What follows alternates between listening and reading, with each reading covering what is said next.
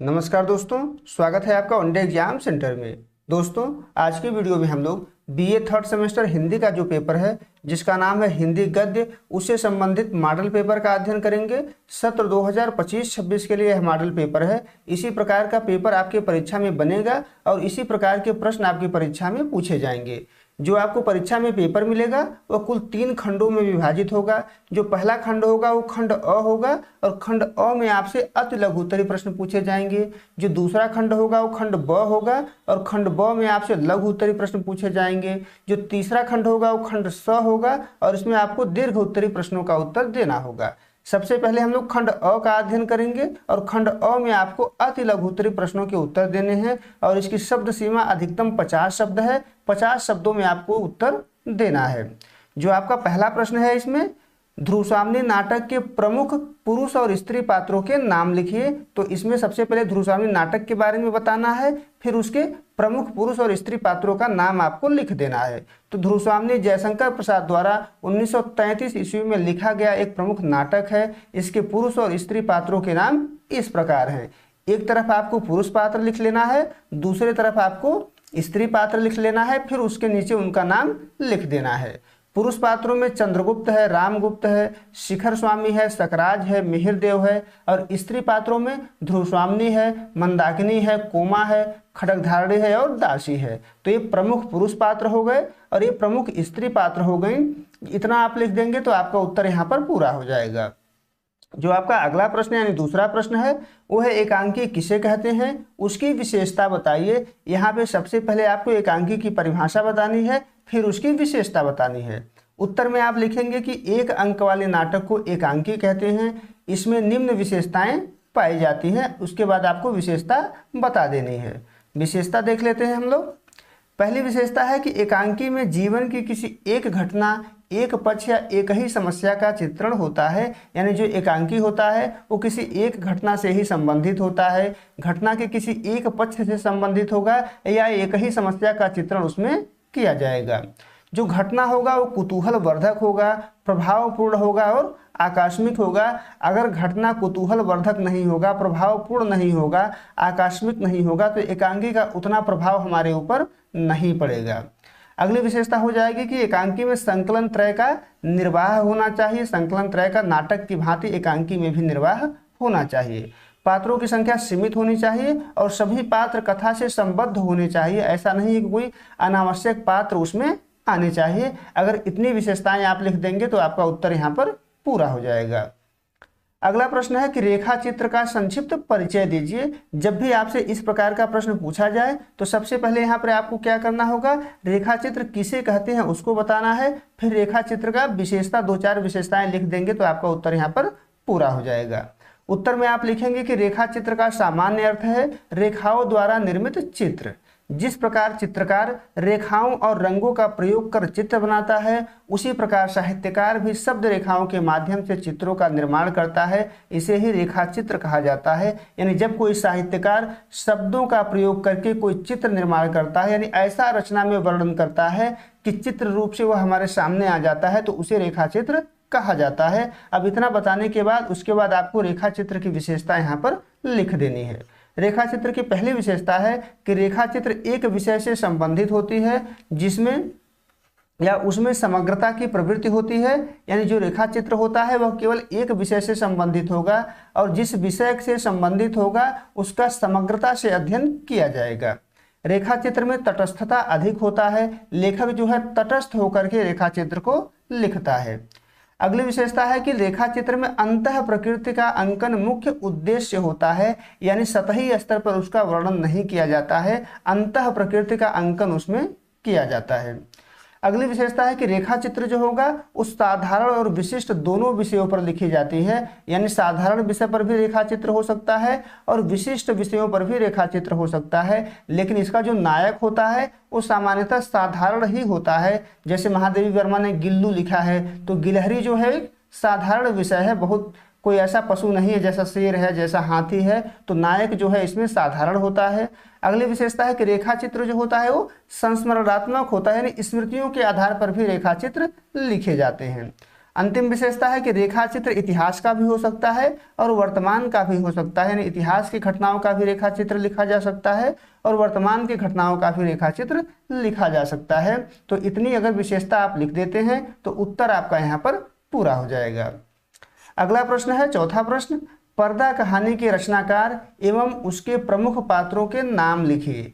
तो यहाँ आपको उत्तर में लिखना है कि पर्दा एक मध्यवर्गीय परिवार की झूठी दिखावा और शान के पीछे सामाजिक और आर्थिक दुर्दशा पर आधारित कहानी है जो समाज के शोषक वर्ग पर भी व्यंग करती है। इस कहानी के रचयिता यशपाल हैं। इस कहानी में निम्न पात्र हैं, आपको केवल प्रमुख पात्रों के नाम ही बताने हैं। तो प्रमुख पात्र जो है चौधरी पीर बख्श हैं और बरबर अली खान हैं। चौधरी पीर बख्श जो है मुख्य पात्र है, कहानी का नायक है, और बरबर अली खान जो है सूदखोर है या साहूकार है। आप इतना लिख देंगे तो आपका उत्तर यहाँ पर पूरा हो जाएगा। अगला जो प्रश्न है वो पांचवा प्रश्न है और आपको यहाँ पर बताना है कि आत्मकथा की विशेषता बताइए। आपको सबसे पहले बताना है कि आत्मकथा क्या होता है, फिर आत्मकथा की विशेषता आपको बतानी है। उत्तर में आपको लिखना होगा कि जब कोई लेखक तटस्थ रहकर अपने जीवन के अंतरंग एवं बहिरंग सभी पहलुओं का चित्रण करता है तो उसे आत्मकथा कहते हैं। इसमें निम्न विशेषता पाई जाती है। तो आत्मकथा की परिभाषा बताने के बाद इसकी विशेषता आपको लिखना है। पहला विशेषता है कि आत्मकथा स्वयं के द्वारा लिखा जाता है, यानी आत्मकथा व्यक्ति अपना स्वयं लिखता है, किसी दूसरे के द्वारा ये नहीं लिखा जाता है। अगली विशेषता है कि आत्मकथा हमेशा उत्तम पुरुष शैली में लिखा जाता है, चूंकि खुद के द्वारा लिखा जाता है और खुद के बारे में लिखा जाता है, इसलिए शैली जो होती है वो उत्तम पुरुष शैली हो जाती है। अगली विशेषता है कि अपने विगत जीवन की घटनाओं को तटस्थ भाव से व्यंजित करता है, यानी जो लेखक होता है वो अपने बीती हुई जीवन की घटनाओं को तटस्थ भाव से व्यंजित करता है, पक्षपात उसमें तनिक भी नहीं रहता है। अगली जो विशेषता है वो है कि आत्मकथा विशिष्ट और सामान्य दोनों व्यक्ति का होता है, यानी कोई विशिष्ट व्यक्ति, बहुत बड़ा व्यक्ति भी अपना आत्मकथा लिख सकता है और कोई सामान्य व्यक्ति भी है वह भी अपना आत्मकथा लिख सकता है। अंतिम विशेषता है कि आत्मकथा का जो उद्देश्य होता है वो व्यक्तिगत अनुभव को दूसरों तक पहुंचाना होता है, यानी लेखक जो होता है वो अपने अनुभव को दूसरों तक इसके माध्यम से पहुंचाता है। अब अगला जो खंड है वो खंड ब है और खंड ब में आपको लघु उत्तरी प्रश्नों का उत्तर यहाँ पर देना है और इसके शब्दों की सीमा 200 शब्द है। 200 शब्दों में आपको उत्तर यहाँ पर देना होगा। छठा प्रश्न है लघु उत्तरी प्रश्नों में पहला प्रश्न हो जाएगा, निम्नलिखित गद्यांश का संदर्भ सहित व्याख्या कीजिए। जो गद्यांश नीचे दिया गया है उसकी संदर्भ सहित आपको व्याख्या करनी है। गद्यांश है कि मूर्खों ने स्वार्थ के लिए साम्राज्य के गौरव का सर्वनाश करने का निश्चय कर लिया है। सच है वीरता जब भागती है तब उसके पैरों से राजनीतिक छल छंद की धूल उड़ती है। यह जो गद्यांश है ध्रुव स्वामी नाटक से लिया गया है और इसी की संदर्भ सहित व्याख्या आपको करना है। तो सबसे पहले आप संदर्भ लिखेंगे। संदर्भ में आपको लिखना है कि प्रस्तुत अवतरण जयशंकर प्रसाद द्वारा रचित ध्रुव स्वामी नाटक के पहले अंक से लिया गया है। इस नाटक में प्रसाद ने स्त्री जीवन की समस्या को उठाया है। इतना आपको संदर्भ में सबसे पहले लिख देना है। अब संदर्भ लिखने के बाद आप प्रसंग लिखेंगे कि जो वो गद्यांश है वो गद्यांश में क्या कहा गया है, इसको आपको प्रसंग में लिखना है। इसमें लिखना है आपको कि मंदाकिनी ध्रुव स्वामी को सकराज के पास भेजने के निर्णय से सशंकित है। वह रामगुप्त के छल कपट और कायरता का वर्णन करती है, यानी रामगुप्त जो राजा है उसके छल कपट और कायरता का वर्णन मंदाकिनी के द्वारा इस गद्यांश में किया गया है। अब इसके बाद आपको व्याख्या लिखना है और व्याख्या में आपको लिखना होगा कि रामगुप्त सकराज से युद्ध न करके ध्रुव स्वामी को उसके शिविर में भेजना चाहता है। मंदाकिनी को जब इस बात का पता चलता है तो वह सशंकित हो जाती है और कहती है कि मूर्खों ने अपने स्वार्थ के लिए ऐसा करने का निर्णय लिया है और ऐसा करने से जो साम्राज्य का गौरव है वो गौरव नष्ट हो जाएगा, साम्राज्य का जो स्वाभिमान है वो स्वाभिमान नष्ट हो जाएगा। वह कहती है कि जब राजा वीर न होकर कायर होता है तो इसी प्रकार से छल कपट कर अपनी राजनीतिक स्वार्थ सिद्ध करता है। अगर इतना व्याख्या में आप लिख देंगे तो आपका व्याख्या जो है पूरा हो जाएगा। और व्याख्या लिखने के बाद आप विशेष जरूर लिखिएगा कि इसमें विशेष क्या था।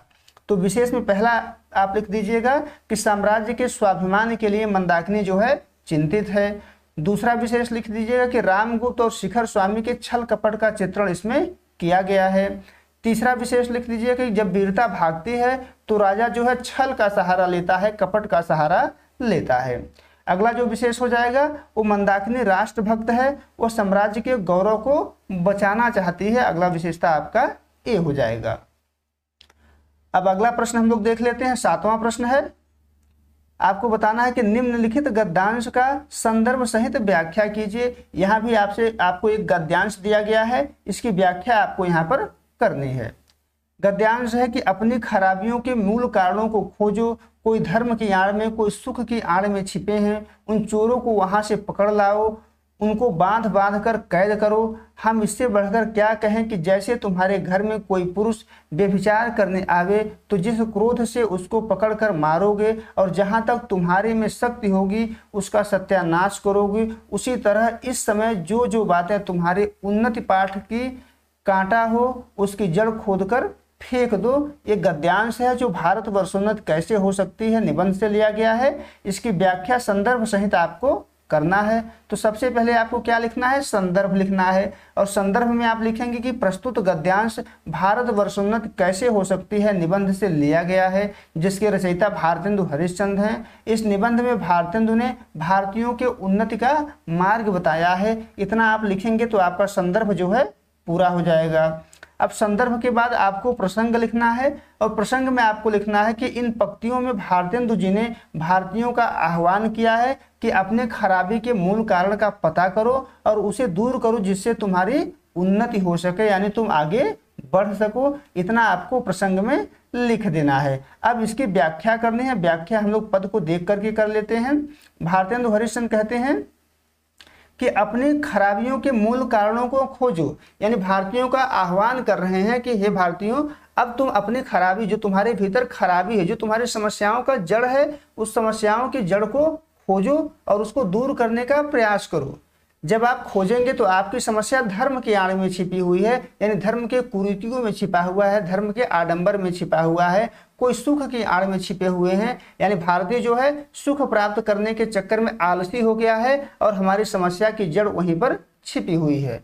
आगे कहते हैं भारतेंदु हरिश्चंद्र कि उन चोरों को वहां से पकड़ लाओ, यानी उन समस्याओं का वहां से पता लगाओ जो धर्म की आड़ में, सुख की आड़ में छिपे हुए हैं। उनको बांध बांध कर कैद करो, यानी उसको नष्ट कर दो, इस प्रकार से नष्ट कर दो कि दोबारा फिर वो दिखाई न पड़े।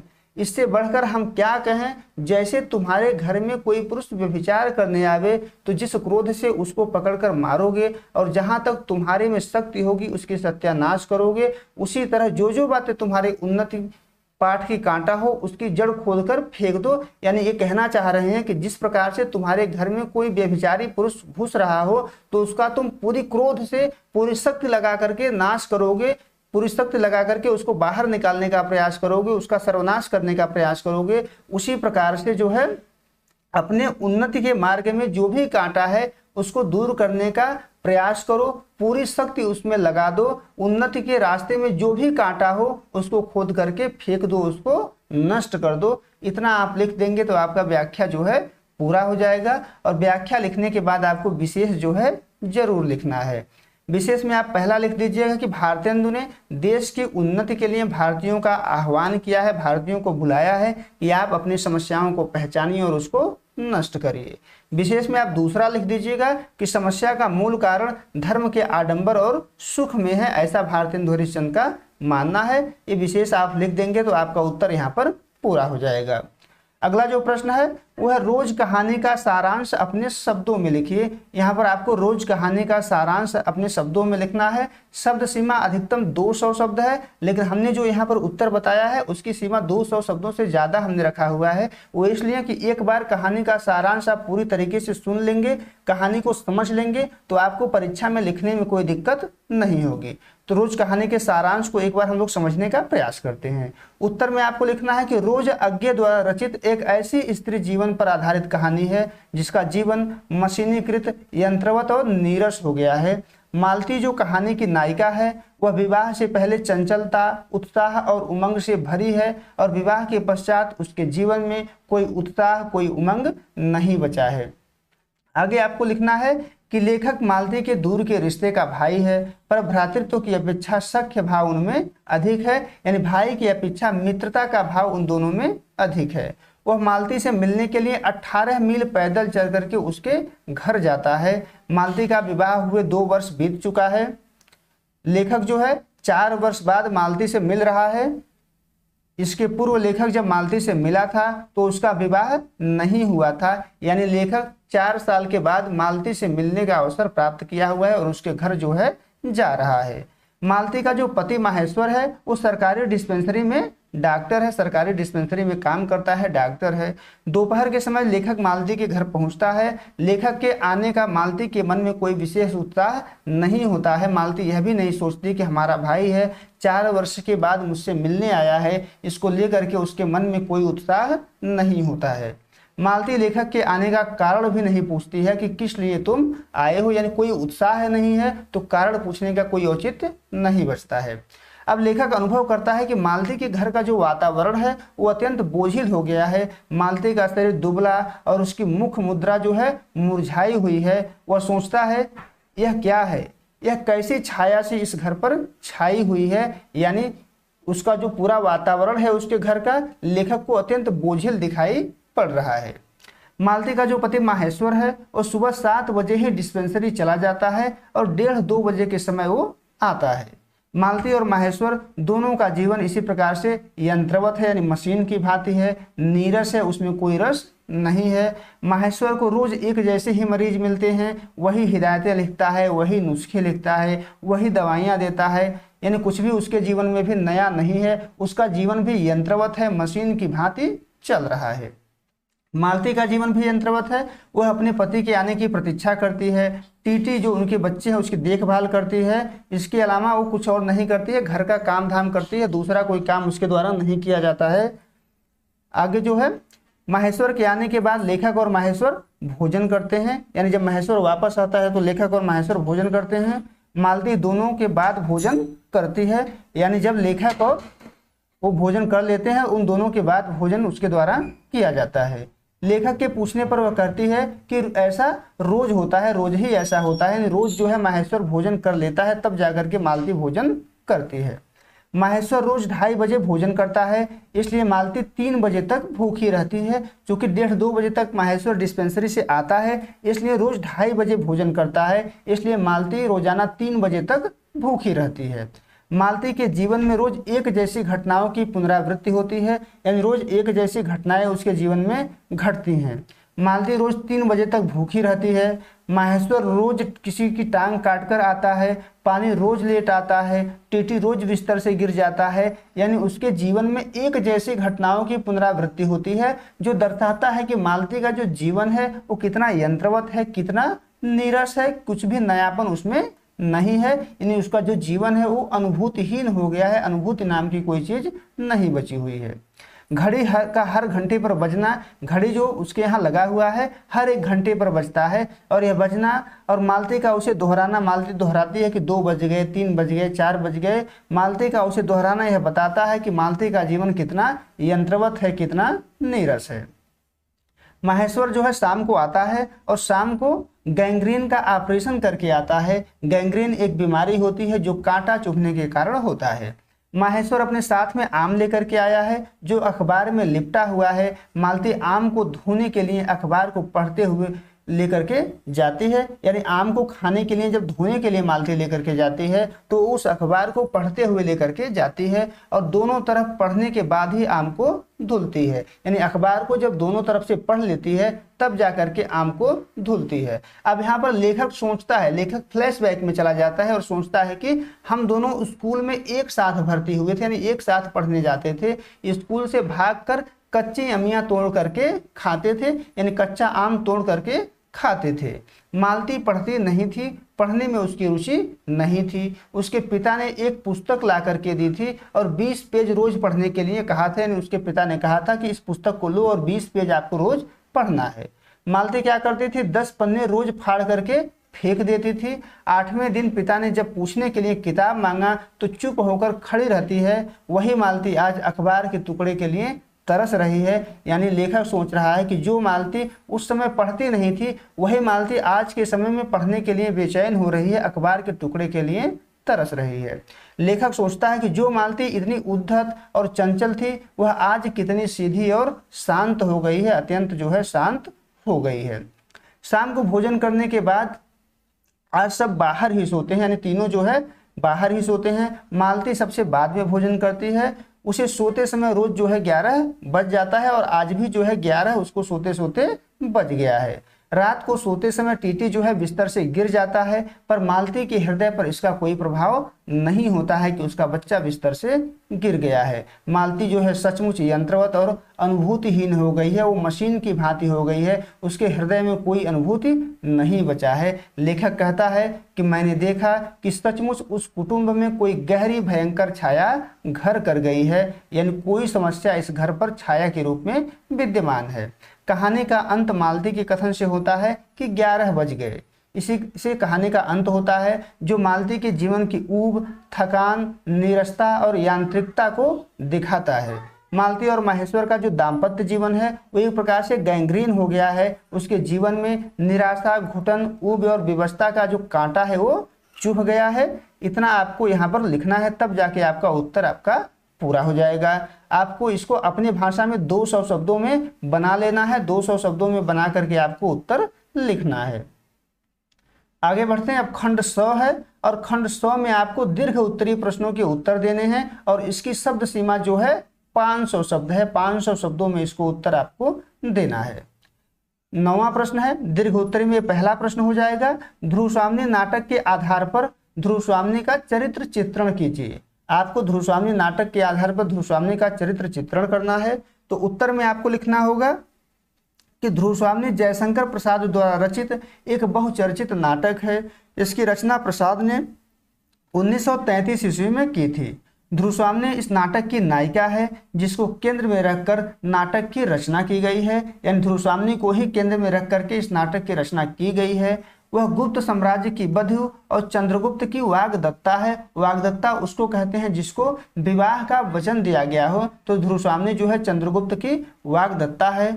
समुद्रगुप्त के मृत्यु के पश्चात रामगुप्त राजा बन जाता है और छलपूर्वक ध्रुव स्वामी से विवाह कर लेता है। जब रामगुप्त ध्रुव स्वामी को शक शिविर में भेजता है तो वह उसका विरोध करती है। ध्रुव स्वामी के चरित्र की विशेषताएं निम्न है। अब एक एक करके हम लोग चरित्र की विशेषता यहाँ पर देखेंगे। इतना भूमिका है, भूमिका आपको जरूर लिखना है। भूमिका लिखने के बाद ही आपको चरित्र की विशेषता लिखनी है।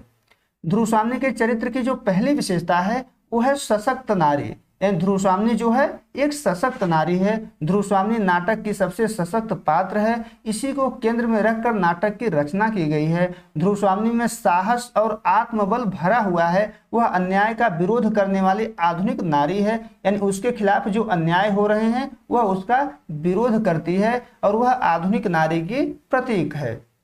ध्रुव स्वामी कठिनाइयों से घबराती नहीं है, उसका सामना करती है। वह चंद्रगुप्त को सकराज के शिविर में अकेले नहीं जाने देना चाहती, साथ जाने का हठ करती है। जब रामगुप्त उसे सकराज के शिविर में जाने के लिए कहता है तो ध्रुव स्वामी उसका प्रतिरोध करती है और प्रतिरोध करते हुए कहती है कि यदि तुम मेरी रक्षा नहीं कर सकते, अपने कुल की मर्यादा, नारी का गौरव नहीं बचा सकते, तो तुम मुझे बेच भी नहीं सकते हो। यह कथन दिखाता है कि ध्रुव स्वामी जो है एक सशक्त नारी पात्र है, यानी स्त्री जीवन की जो सशक्तता, जो शक्ति है उसमें विद्यमान है, यानी ध्रुव स्वामी एक सशक्त नारी पात्र है। उसके चरित्र की जो दूसरी विशेषता है वह अत्याचार एवं शोषण का विरोध है। ध्रुव स्वामी जो है अत्याचार एवं शोषण का विरोध करती है। ध्रुव स्वामी स्त्रियों के प्रति होने वाले सभी प्रकार के अत्याचार एवं शोषण का विरोध करती है।